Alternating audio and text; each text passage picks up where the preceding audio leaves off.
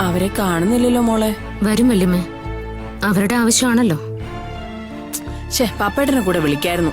ഏയ് അതൊന്നും വേണ്ട. സൂര്യോട് തന്നെ ഞാൻ നിർബന്ധിച്ചാ ഇങ്ങോട്ട് വരണ്ടെന്ന് പറഞ്ഞത്.